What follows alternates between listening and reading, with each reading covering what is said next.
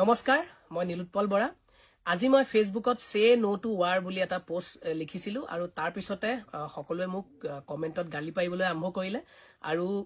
সকলোৰে মনোকষ্ট দেখি মোৰ খুব বেয়া লাগিছে আৰু গতিকে হে মই ভাবিলো মই কি ভাবি পোষ্টটো লিখিছিলো মোৰ মনৰ ভাৱখিনি আপোনালোকৰ আগত এবাৰ প্ৰকাশ কৰো আৰু মই যদি ভুল মোৰ যদি চিন্তাখিনি ভুল আপোনালোকে যেন মোক আঙুলিয়াই দিয়ে আজি কেইদিনমান আগত কাশ্মীৰৰ পেহেলগামত যি ঘৃণনীয় ঘটনা হল তাৰ প্ৰত্যুত্তৰ আমি দিবই লাগিব আৰু তাৰ প্ৰত্যুত্তৰ হিচাপে ভাৰতীয় সেনাবাহিনী আৰু ভাৰত চৰকাৰে যি পদক্ষেপ গ্ৰহণ কৰিছে যি মিছন হাতত লৈছে তাত মোৰ পূৰ্ণ সমৰ্থন আছে কোনো এই কথাটো ভুল নবুজিব মোৰ পূৰ্ণ সমৰ্থন আছে আৰু যোৱা কেইদিনত যি পদক্ষেপ আমাৰ সেনাবাহিনীয়ে লৈছে তাক লৈ খুবেই সুখী আৰু মই ধন্যবাদ জনাইছো কিন্তু আজি মই যেটো পোষ্ট লিখিছিলো সে নো টু ৱাৰ বুলি মই আসলতে খুবেই শংকিত হৈ লিখা এটা পোষ্ট তাত কোনো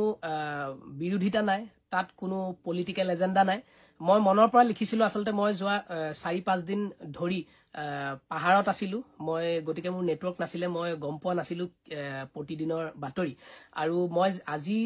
যেটা পাহাৰৰ পৰা নামি আহিলো মই ফোনটো অন কৰাৰ পিছত যেটা গোটে নিউজ বিলাক পঢ়িলো পঢ়াৰ পিছত মই যে এটা নিউজ পঢ়িলো যে কাশ্মীৰত আমাৰ 15 জন নে 16 জন ভাৰতীয়ৰ মৃত্যু ঘটিছে আৰু তাত 2-3 জন মান শিশু আছে খুব বেছি বেয়া লাগিল আৰু আমাৰ নিৰি জনতা মৃত্যু হোৱাটো কেতিয়াও নিবিচাৰো আৰু এয়া যদি আৰম্ভণি তাৰ পিছত দেখিলো যে 4-5খন সিটি নৰ্থ ইষ্টৰ হৈতে যে হাই এলাৰ্ট দিয়া আছে আজি মুম্বাই এয়াৰপৰ্টতো দেখিছো হাই এলাৰ্ট দি থৈছে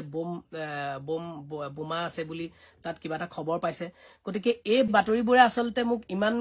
শংকিত কৰি তুলিলে যে মই ইমিডিয়েটলি ফোনটো উলিয়াই সে নো টু ৱাৰ বুলি মই লিখি দিলো আৰু তাৰ মানে এটো নাছিল যে মই ভাৰতক যুদ্ধ কৰিবলৈ মানা কৰিছো বা মই যুদ্ধখনৰ এগেইনষ্ট তেনেকুৱা নহয় কথাটো যে মই ওভাৰঅল এটা শান্তি বিচাৰি কৰবাত শান্তি লাগে নিচিনা অনুভৱ হল সেইবাবে মই লিখিলো আৰু যদি যুদ্ধখন বহুত ডাঙৰ হৈ যায় আগন্তুক 10-15 দিনত আৰু আমি এটা বৰ্তমান সীমান্তৰ পৰা বহুত দূৰত আছো কাৰণে হয়তো আমি হিমান বেছি অনুভৱ কৰিব পৰা নাই যিমান সীমান্তৰ আশেপাশে থকা ৰাইজে ভুগিব লগা হৈছে সেই একেই পৰিস্থিতি যদি আমাৰ চহৰখনত হয় আমাৰ নিজৰ ঘৰখনলৈকে যদি বিয়পি আহে নিজৰ ঘৰৰ আপোন মানুহক যদি আমি যুদ্ধত হেৰুৱাব লগা হয় কেনেকুৱা লাগিব মোৰ সেই বস্তুখিনি আসলতে বহুত বেছি চিন্তা লাগিল আৰু আপোনালোকে হয়তো সিনেমাত দেখিছে যে নিৰীহ লোকে সকলোতকৈ বেছি প্ৰাণ হেৰুৱায় প্ৰতিখন পৃথিৱীৰ আজিলৈকে যিমান যুদ্ধ হৈছে নিৰীহ লোকে প্ৰাণ হেৰুৱাৰ সংখ্যাই পাৰ্চেন্টেজে আটাইতকৈ বেছি আৰু যুদ্ধৰ পিছৰ যেটো অৱস্থা যুদ্ধৰ পিছৰ অৱস্থাও আপোনালোকে প্ৰত্যেককে সিনেমাত দেখিছে একদম ৰিয়েল কে দেখুৱা যায় যে কিমান ইকোনমিক ক্ৰাইসিছৰ পৰা আৰম্ভ কৰি কিমান কি বেমাৰ আজাৰৰ পৰা আৰম্ভ কৰি দেশ এখন কিমান পিছুৱাই গুছি যায় বাকি পৃথিৱীতকৈ 3-4 বছৰ 5 বছৰ আমি যোৱা 10 বছৰত আমাৰ নতুন চৰকাৰ অহাৰ পিছত আমাৰ দেশখন কিমান আগবাঢ়িছিল এতিয়া এই যুদ্ধখনৰ কাৰণে যদি আমি আকৌ পিছুৱাই যাব লগা হয় দেশখন কি হ'ব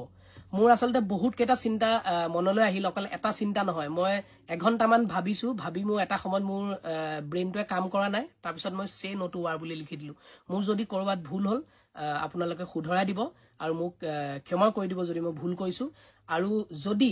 আগন্তুক সময়ত মই কোৱা কথাখিনি যদি সকলোৱে অনুভৱ কৰে যে নীলোৎপলে ঠিকই কৈছিলে তেতিয়া মই আজি প্ৰাইভেট কৰি থোৱা পোষ্টটো মই আপোনালোকৰ মাজলৈ আকৌ উলিয়াই দিম ধন্যবাদ